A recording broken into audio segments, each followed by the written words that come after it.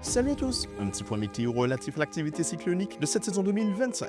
En ce premier jour du mois de septembre, la carte du National Hurricane Center comporte une perturbation sous surveillance qui mérite également toute notre attention. Il s'agit d'une onde tropicale ayant émergé du continent africain hier et entamant la traversée de l'océan Atlantique. En réalité, cela faisait déjà plusieurs jours que les modèles numériques et que le National Hurricane Center anticipaient une possible cyclogénèse pouvant émaner de ce système météorologique. Les services de surveillance américains lui ont rapidement associé une probabilité faible, puis modérée de développement cyclonique, allant jusqu'à l'estimer à 50% sur le moyen terme à la mise à jour de 14 heures de ce lundi 1er septembre. L'activité pluvio-orageuse de cette perturbation est pour l'instant désorganisée et quelque peu dispersée, ce qui représente pour le moment un frein à son développement cyclonique à court terme.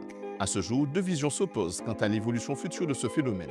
Le modèle américain s'orientant vers une remontée précoce de ce système, qui s'organiserait relativement tôt en phénomène cyclonique, le maintenant à l'écart et à bonne distance de nos îles, tandis que le modèle européen envisage un déplacement orienté plus vers l'ouest, en lien avec un renforcement cyclonique tardif, ce qui inciterait cette perturbation à se rapprocher davantage du nord-est des Petites Antilles, avec un risque d'impact un peu plus prononcé. A noter que les deux modèles numériques majeurs en question prévoient un phénomène se déplaçant relativement lentement. En raison de cette faible vitesse de déplacement, cette perturbation tropicale n'approcherait nos îles qu'entre le milieu et la fin de la semaine prochaine. L'échéance nous séparant d'une hypothétique menace est donc relativement lointaine.